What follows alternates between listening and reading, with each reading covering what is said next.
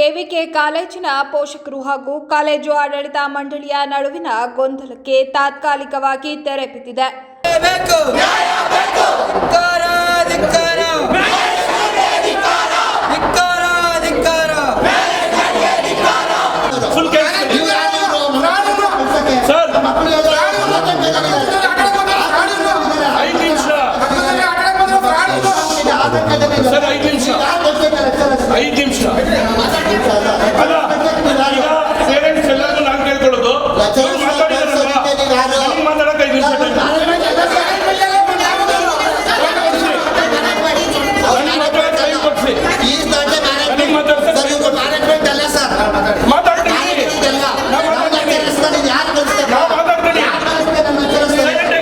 ಆಡಳಿತ ಮಂಡಳಿಯ ಕಾರ್ಯವೈಖರಿಯಿಂದಾಗಿ ಶಿಕ್ಷಕರನ್ನ ಬದಲಾಯಿಸುವ ಮೂಲಕ ವಿದ್ಯಾರ್ಥಿಗಳ ಭವಿಷ್ಯವನ್ನ ಹಾಳು ಮಾಡಲಾಗುತ್ತಿದೆ ಎಂದು ಪೋಷಕರು ತೀವ್ರ ಆಕ್ರೋಶ ವ್ಯಕ್ತಪಡಿಸಿದ್ದ ಹಿನ್ನೆಲೆಯಲ್ಲಿ ಇದೀಗ ಆಡಳಿತ ಮಂಡಳಿ ಪೋಷಕರ ಒತ್ತಾಯಕ್ಕೆ ಮಣಿದಿದೆ.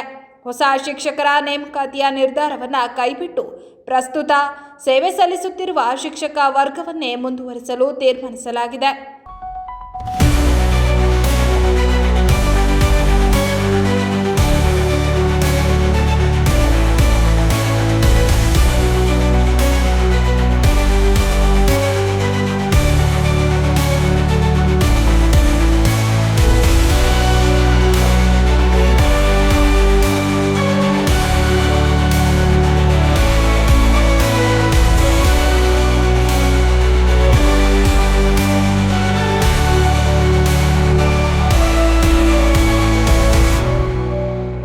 ಈ ಕುರಿತು ಮಾಧ್ಯಮಗಳಿಗೆ ಮಾಹಿತಿ ನೀಡಿದ ಕಾಲೇಜಿನ ಪ್ರಾಂಶುಪಾಲರಾದ ಚಂದ್ರಶೇಖರ್, ಪೋಷಕರ ಆತಂಕ ಹಾಗೂ ವಿದ್ಯಾರ್ಥಿಗಳ ಹಿತದೃಷ್ಟಿಯಿಂದ ಈ ನಿರ್ಧಾರವನ್ನು ಕೈಗೊಳ್ಳಲಾಗಿದೆ ಎಂದಿದ್ದಾರೆ. ಕಳೆದ 2 ದಿನಗಳಿಂದ ಎವಿಕೆ ಕಾಲೇಜು PU ಕಾಲೇಜಿನಲ್ಲಿ ನಡೆದಂತ ಗೊಂದಲಗಳಿಗೆ ಇವತ್ತು ತೆರೆ ಎಳೆದಿದ್ದೇವೆ. ಅಂದ್ರೆ ಆಡಳಿತ ಮಂಡಳಿಯವರು ಬಂದು ಈಗ ನಾವು ಚಂದ್ರಶೇಖರ್ ಅವರು ಮತ್ತು ನಮ್ಮ ತಂಡದವರನ್ನ ಅವರು ಹೊರಗಡೆ ಹಾಕಿದ್ರು. ಮತ್ತೆ ಯಥಾ ಪ್ರಕಾರ ನಮ್ಮ ತಂಡವೇ ಮುಂದುವರಿತದೆ. ನಾನೇ ಪ್ರಾಂಶುಪಾಲರಾಗಿ ಆಡಳಿತ ಮಂಡಳಿಯವರು ಬಂದು ಮತ್ತೆ ಪೋಷಕರು ಮಕ್ಕಳ ವಿದ್ಯಾರ್ಥಿಗಳ ಸಮ್ಮುಖದಲ್ಲಿ ಇವತ್ತು ನಾನೇ ಮತ್ತೆ ಅಧಿಕಾರವನ್ನು ನಾನೇ ಪಡೆದುಕೊಂಡಿರುತ್ತೇನೆ. ನಾನೇ ಪ್ರಾಂಶುಪಾಲರಾಗಿ ಮುಂದುವರಿತೇನೆ. ಮತ್ತೆ ಎಲ್ಲಾ ವಿದ್ಯಾರ್ಥಿಗಳು ಕೂಡ ಆತಂಕದಲ್ಲಿ ಇದ್ರು.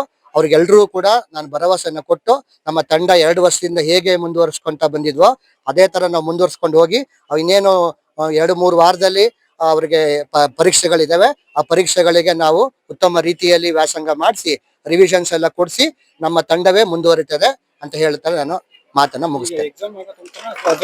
ಸರ್, ಈಗ ಪರೀಕ್ಷೆ ಮಾರ್ಚ್ 15ನೇ ತಾರೀಕುವರೆಗೂ ನಮ್ಮ ತಂಡವೇ ಮುಂದುವರಿತದೆ. ಆ ನಂತರ ಮಾರ್ಚ್ ನಂತರ ಆಡಳಿತ ಮಂಡಳಿಯವರು ಮೀಟಿಂಗ್ ಮಾಡ್ಕೋತಾರೆ. ಆ ಮೀಟಿಂಗ್ ಮಾಡ್ಕೊಂಡಾದ್ಮೇಲೆ ಏನು ಅಂತ ಮುಂದೆ ತಿಳಿಸ್ತಾರೆ. ಅದೇ ಸರ್, ಸಭೆಯಲ್ಲಿ ಈಗ ಏನು ಅಂತ ಹೇಳಿದ್ರೆ ಆಡಳಿತ ಜಗದೀಶ್ ಚೌಡಳ್ಳಿ ಅವರು ಕಾರ್ಯದರ್ಶಿಗಳವರು ಬಂದಿದ್ರು. ಮತ್ತೆ ಉಪಾಧ್ಯಕ್ಷರಾದಂತ ನಾಗರಾಜ್ ಜೈನ್ಸ್ ಅವರು ಬಂದಿದ್ರು. ನಾನ್ ಕೇಳ್ಕೊಂಡೆ, ನಮ್ಮ ಮಕ್ಕಳುಗಳು ನಾವು ನಮ್ಮ ಪ್ರತಿ ಫಸ್ಟ್ ಡೇ ಇಂದ ಹಿಡಿದು ಇಲ್ಲಿವರೆಗೂ ನಾವೇ ಅವರಿಗೆ ಪಾಠ ಮಾಡಿ ಅಡ್ಮಿಷನ್ಸ್ ಮಾಡಿಸಿ ಅವ್ರ ಪೋಷಕರ ಜೊತೆ ಸಭೆ ಕರೆದು ಎಲ್ಲ ಮಾಡಿರೋದು ನಾವೇನೆ. ಅದರಿಂದ ಪರೀಕ್ಷೆಯನ್ನು ನಾವೇ ಮುಗಿಸ್ಕೊಡ್ಬೇಕು ಅಂತ ನಾವು ಕೇಳ್ಕೊಂಡ್ವಿ. ಆಡಳಿತ ಮಂಡಳಿಯವರು ಬಂದು ನಿರ್ದೇಶಕರು ಕೂಡ ಬಂದು ಅವರು ನಮಗೆ ಮತ್ತೆ ನಮ್ಮ ತಂಡಕ್ಕೆ ಮುಂದುವರಿಯುವಂತ ಆಶ್ವಾಸನೆ ಕೊಟ್ಟು ನಮ್ಮ ಸ್ಥಾನಕ್ಕೆ ಮತ್ತೆ ಅವರು ಕೂರಿಸಿ ಹೋಗಿದ್ದಾರೆ.